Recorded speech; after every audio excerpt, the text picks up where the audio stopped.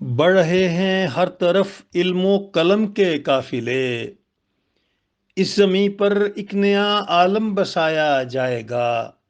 شفیق مراد۔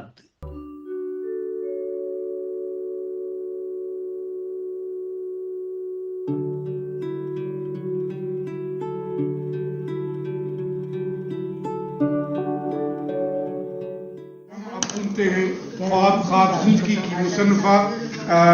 فرزانہ فرد صاحبہ سے کو آئیں اور فیض صاحب کے بارے میں کچھ گفتگو کریں۔ فرزانہ فرد صاحب۔ ٹھیک، میں آپ کے نام کو بہت دیر میں داستان۔ تم میرے پاس رہو، میرے قاتل، میرے دلدار، میرے پاس رہو، جس گھڑی رات چلے آسمانوں کا لہو پی کے سیاہ رات چلے، مرہم عشق کیے نشتر الماس لیے، بین کرتی ہوئی ہنستی ہوئی گاتی نکلے، درد کے قافیے پازے بجاتی نکلے، جس گھڑی سینوں میں ڈوبے ہوئے دل آستینوں میں نہا ہاتھوں کو تکنے لگے، آس لیے میرے قاتل، میرے دلدار، میرے پاس رہو۔ ایک چھوٹے سے پنجرے میں قید ایک معصوم پرندہ اداسی کے گیت گنگناتا ہے، حسرت سے آزاد فضا میں اڑنے والے اپنے ساتھی پرندوں کی طرف دیکھتا ہے تو اس کا دل بیٹھنے لگتا ہے۔ وہ سوچتا ہے کہ کب تک، آخر کب تک اسے ان لوہے کی سلاخوں کے اندر قید رہنا ہوگا، کب تک اسے یہ درد سہنا ہوگا، کب تک دکھوں کے دریاؤں کے ان دھاروں کے ساتھ بہنا ہوگا۔ وہ بے بسی سے اپنے پر تڑپڑاتا ہے، یہاں سے نکلنے کی کوئی تدبیر کرنے لگتا ہے۔ اسی تک و دو میں اس کے پر ٹوٹنے لگتے ہیں، چونچ زخمی ہو جاتی ہے، پاؤں لہو لہان ہو جاتے ہیں،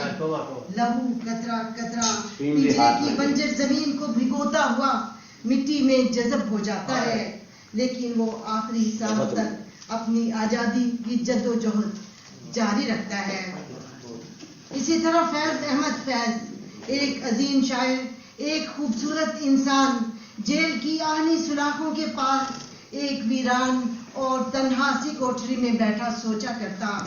ٹھنڈی آہیں بھرتا، زندہ رہنے کی کوشش میں بار بار مرتا، جب درد حد سے گزر جاتا، جب دل لہو لہان ہو جاتا تو وہ اس لہو کو سیاہی بنا کر اس میں قلم ڈبوتا اور دکھوں کی داستان کو الفاظ میں ڈھال کر صفائے کرتاس کی زینت بنا دیتا۔ وہ آنسوں کے چراغ جلاتا، قفس کے ویرانے میں پھول اگاتا، پنجرے میں قید اس پرندے کی طرح اڑنے کی کوشش کرتا،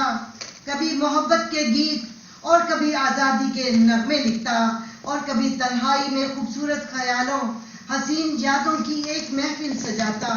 اور پھر اپنے الفاظ کے دیے جلا کر اندھیری کوٹری کو منور کر دیتا۔ کبھی ایسا بھی ہوتا کہ جیل کی اونچی دیواروں سے اس کی نگاہیں ٹکرا کر واپس آ جاتی تو اداسی اس کا پیچھا کرنے لگتی، اس کو اپنی زندگی بوجھ محسوس ہوتی، پھر وہ اداسی کے نغمے لکھتا، لیکن جلد ہی وہ آس اور امید کا دامن تھام لیتا اور لفظوں کو خوشی میں ڈھال دیتا۔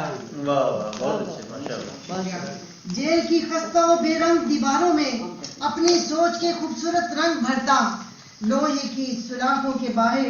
سورج کی چمکیلی کرنیں اس کو نئی صبح کو پیغام دیتی، کبھی سیاہ رات کا چمکتا ہوا چاند امن کے گیت لکھنے پر اکساتا اور اس کے حوصلے چٹان کی طرح مضبوط ہو جاتا۔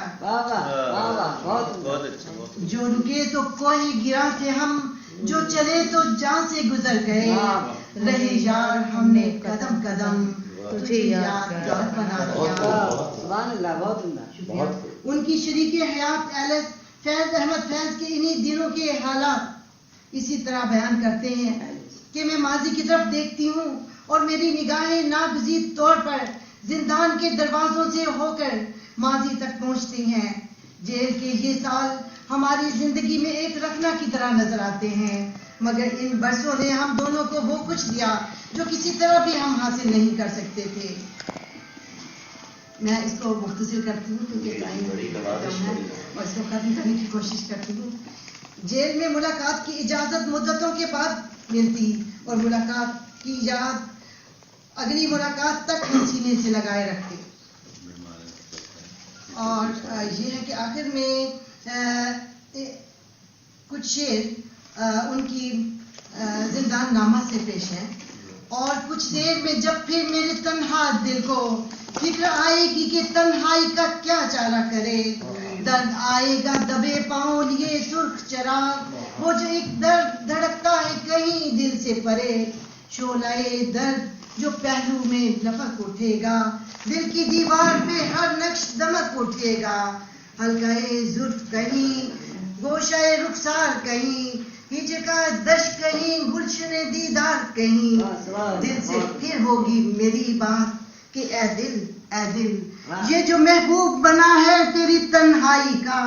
یہ تو مہمان ہے گھڑی پر کا چلا جائے گا, اس سے کب تیری مصیبت کا مداوا ہوگا, مشتعل ہو کے اٹھیں گے ابھی وحشی سائے, یہ چلا جائے گا رہ جائیں گے باقی سائے.